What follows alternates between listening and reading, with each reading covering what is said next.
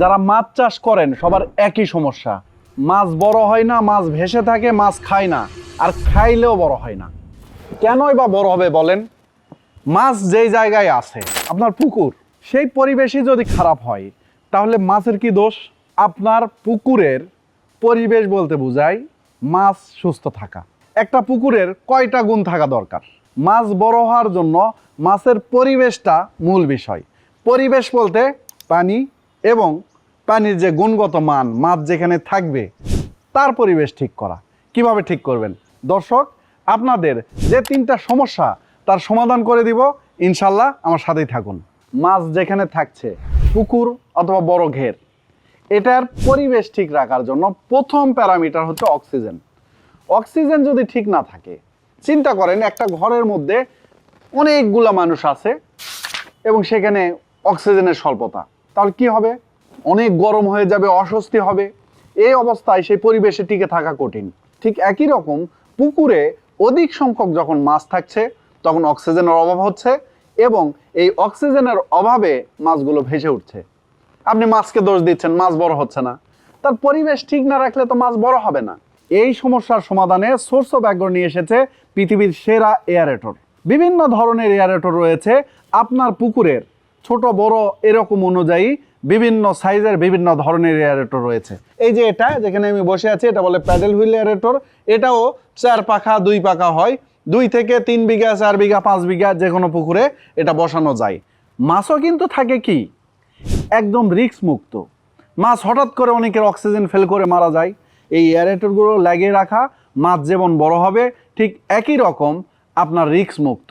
লাখ লাখ টাকার মাছ রাখছেন অথচ আপনার এয়ারেটর লাগানো নাই, এটা যেমন আপনার রিস্ক, ঠিক একই রকম মাছের গ্রোথের ক্ষেত্রেও বিশাল প্রভাব পড়ে। তা আসেন আরও এয়ারেটর দেখাচ্ছি। এই যে এটা যেটা দেখছেন, এই যে এই এয়ারেটরটা দেখছেন, এটা হচ্ছে পুশ ওয়েভ এয়ারেটর। এটাও আপনার ওয়েভ তৈরি করে এবং অক্সিজেন সাপ্লাই করে। আর এই পাশে যে এয়ারেটর দেখছেন, এটা হচ্ছে সবচেয়ে বড় এয়ারেটর। 10, 15, 20 বিঘাতে লাগানো যায়, এমনকি 5 বিঘাতেও লাগাতে পারেন। এটা হচ্ছে ডাবল স্পিড এয়ারেটর। এটি 2 ভাবে ওয়েভ তৈরি করে এবং এটাও পানির ফ্লো তৈরি করে। এই যে এই ফ্যান দেখছেন, এটাও পানির ফ্লো তৈরি করে। এখন আরেকটা এয়ারেটর দেখাচ্ছি। এটা একটু ছোট এয়ারেটর কিন্তু খুব কাজের, পোন সার্জ এয়ারেটর। এটা আপনারা 1 বিঘাতেও লাগাতে পারেন, 3 বিঘাতেও লাগাতে পারেন। এটা পানি সুন্দরভাবে উপরে তোলে এবং আপনার পুকুরে অক্সিজেন সাপ্লাই দিবে।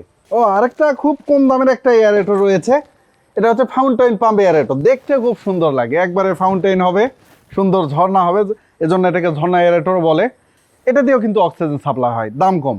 দর্শক, আপনারা যারা মাছ চাষ করছেন, আমি আপনাদের সাজেস্ট করব কখনোই এই রিস্ক নেবেন না।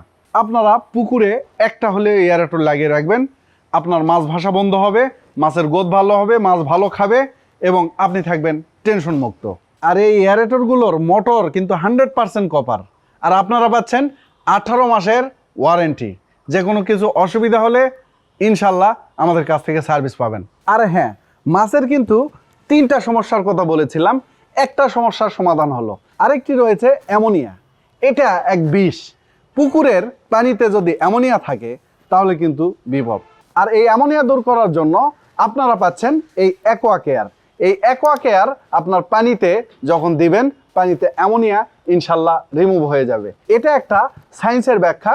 এর মধ্যে রয়েছে বিভিন্ন ধরনের ব্যাকটেরিয়া, উপকারী ব্যাকটেরিয়া, ব্যাসিলাস সাবটিলিস সহ আরও অনেক ধরনের ব্যাকটেরিয়া রয়েছে। এই ব্যাকটেরিয়া পানিতে দেওয়ার ফলে আপনার পানির কোয়ালিটি ভালো হয়, অ্যামোনিয়াকে সে গ্রহণ করে এবং এখানে একটা ফ্লক তৈরি করে।